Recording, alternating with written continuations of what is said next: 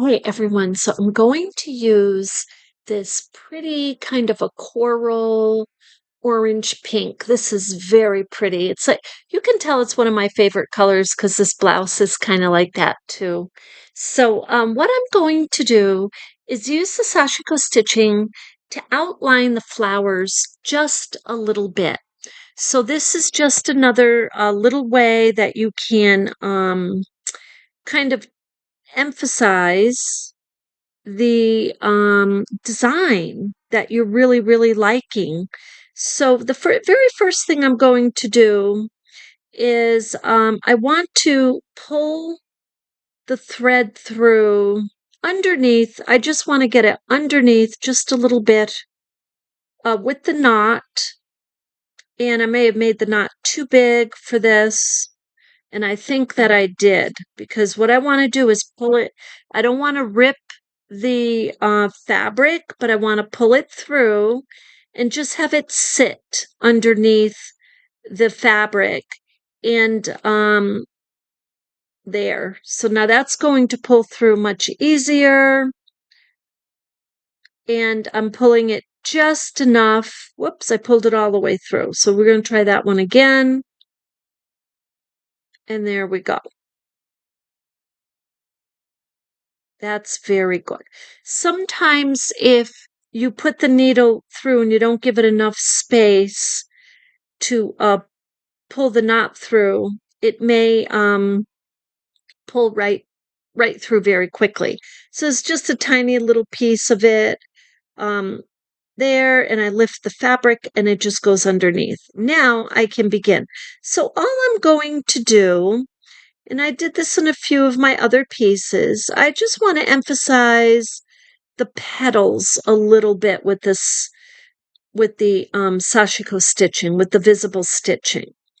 So I'm going to do that.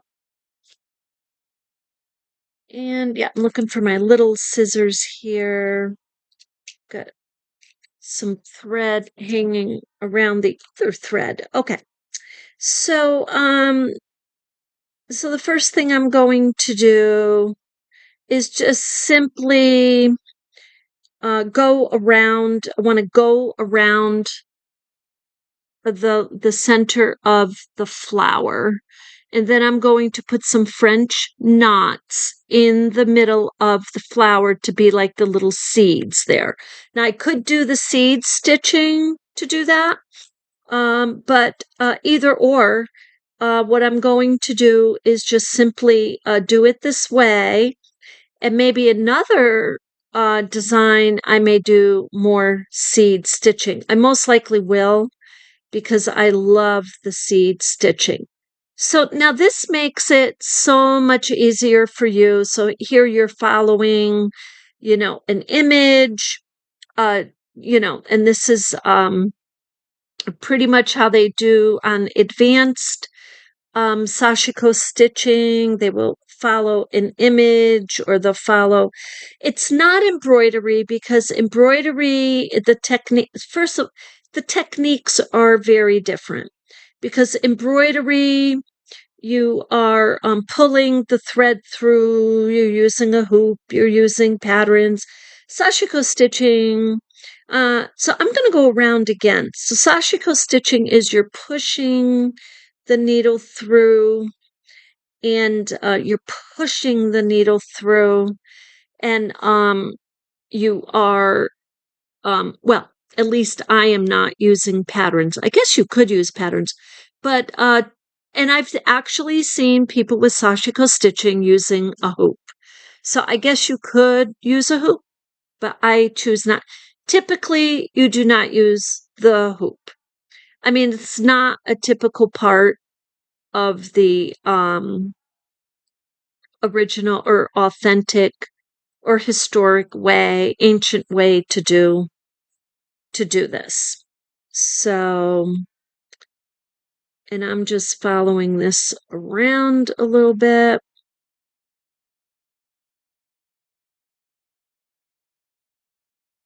This is lovely. This is going to be I'm trying to get on an angle. This is why I'm always turning my fabric, because I really want to be able to see where the needle is going. This is very pretty. Yeah, this is very pretty already. So I was going to go around once, but I'm going to be honest with you. Okay, I'm going to go around a little bit more here, a little bit more again here.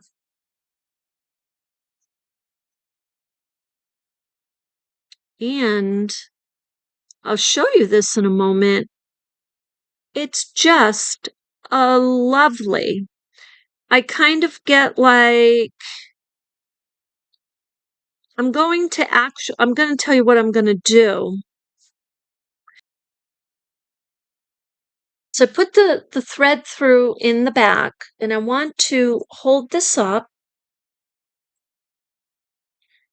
and just show you how adorable this is already. I mean, look at that flower already. You can see that part of the flowers already emphasized. Okay, now what we're going to do is I'm going to select a different color. I want yellow. So I'm going to go up here and get my yellow. And we're going to do some French knots. Now, those of you who have watched my station have seen me do this a number of times. Now, they can be challenging sometimes. This like this, but they're not really difficult to do. The challenge comes in if you don't put the needle like super close to where you're doing you're wrapping it. I'll show you where you're wrapping it around. Okay. So put this down. We're going to do right here. We're going to do a French knot. So just, actually, I may have made this one too big too. I did actually. I keep thinking I'm coming in from the back, and I'm not. I'm going, now that I have the pieces sewn on completely, I'm coming in underneath here. So, I gotta give myself enough space to pull the fabric through. So we're going to pull that through gently, just by holding that side, and there we go. Now, I got that little tail sticking out there. We're gonna just, there we go. Okay, so I have the computer hold this. So what you do with the French knot is you take your needle and you're going to, now the key, this is the key. This has to be tight. I find this a little bit of a challenge because it loosens up very easily. So you're going to wrap it around four or five times. Okay, and depending, you could go more. And then I'm going down right next to where I pulled the needle up. I'm going to go right down. And so what happens is it creates a knot. It just creates a lovely little knot. There's your knot. Let me pull that. And it's small. You see that one's small? So we're going to do another one. So now my needle is it's in the back of my fabric, and I'm going to come up to where I want the other French knot. So I'm just going to kind of go over here because this fabric has little seed images on it. It's really cutesy. So these will be stayed in the center of the flower. And then the next part of this is I'm just going to simply, so I'm going to make this a little bigger, But the next part is I'm just going to kind of outline a couple of petals. I probably won't do all of the petals. I'll do a couple just to emphasize it. So I did 4 wraps there. So I'm going to go again and again.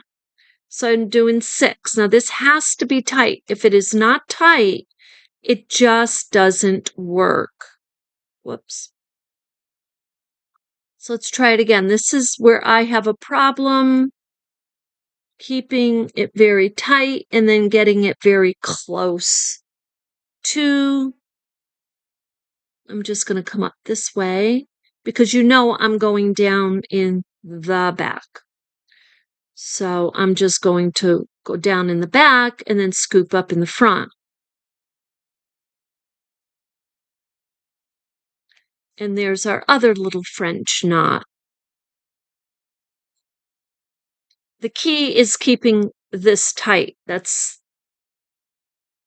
1, 2, 3, 4, 5, 6. Okay, so I did 6. And I'm coming in very, very close to where I just pulled that up. And I'm going to kind of do a swan dive over to the other side. And there's another little French knot. So I like to have these random, and I always end up somehow putting them in line. But you can do this. You can wrap the yarn around your needle as many times as you want and experiment with it. See how it comes out. But the key is you just really want to make sure whatever you're keeping you're keeping it tight on your sewing needle. Okay, so those are our little French knots, and we're going to do a couple of more.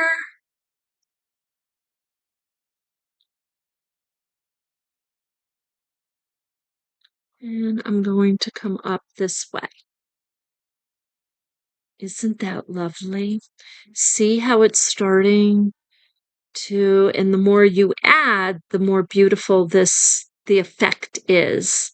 It's such a humbling effect, but it's just, taking your time, enjoying it, looking at it.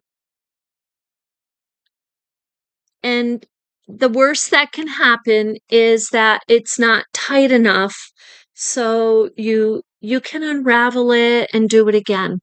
But look how beautiful that is. So I'm going to continue making more French knots.